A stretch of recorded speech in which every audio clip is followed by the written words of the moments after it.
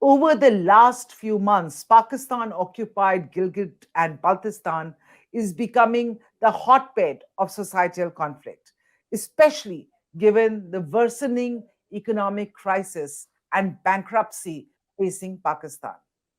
For our viewers who are not in the loop or who are not aware, Gilgit Baltistan is an occupied region of Pakistan, along with Pakistan occupied Kashmir, POK.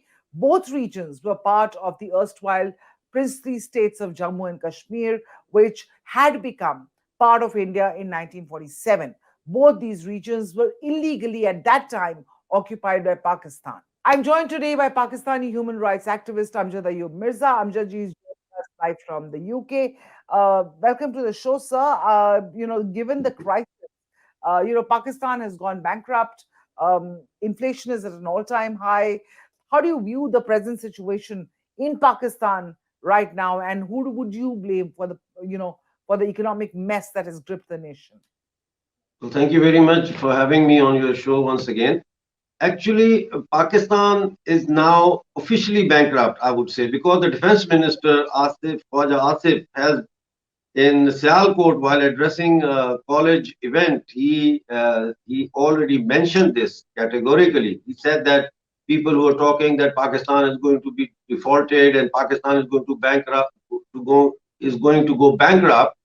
He said, "Let me reveal to you that Pakistan has already defaulted and Pakistan is already a bank has already bankrupted, and we are citizens of a bankrupt country." So now, I mean, we hear this straight from the horse's mouth. Now, Pakistan has got only 2 weeks of foreign exchange reserves to pay for its imports.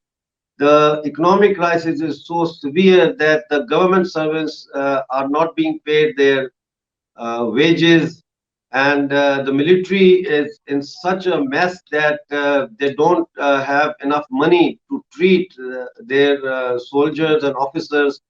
So the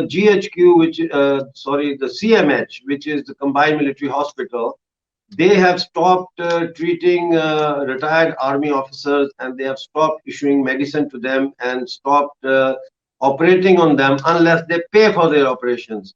Now, similarly, Pakistani army does not have enough funds to follow up with their anti so-called terrorism plans. Therefore, Right. But in do you see any hope for that country? Because there is the IMF dole that they are waiting for, but IMF also seems to be very reticent and telling them to put their house in order first. No, no, no. IMF is only giving 1.2 or something like that as a loan. Pakistan at the moment needs at least 10 billion. So this 1.2 billion of IMF, for which they are raising taxes, they are cutting subsidies.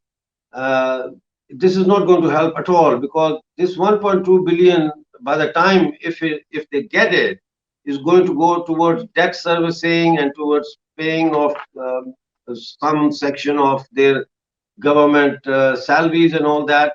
This is a very diluted amount of money. This is not going to, uh, I mean, in 1 week, this $1.2 billion is going to be spent.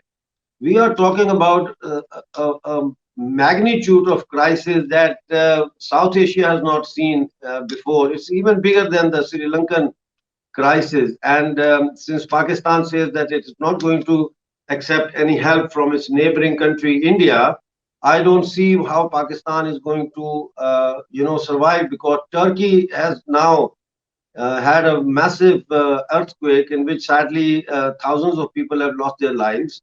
Infrastructure is completely destroyed in many cities, so Turkey cannot come to their help. Saudi Arabians don't trust Pakistan, because Pakistan keeps vacillating between Russia and America and China, and Saudi Arabia is not an erstwhile ally of Pakistan, or vice versa, as it used to be in yesteryears.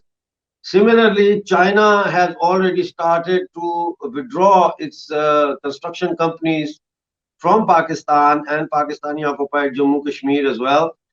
for non-payment for projects for almost 3 years now. So we don't see China coming to their help. So I don't see them getting help from anywhere else.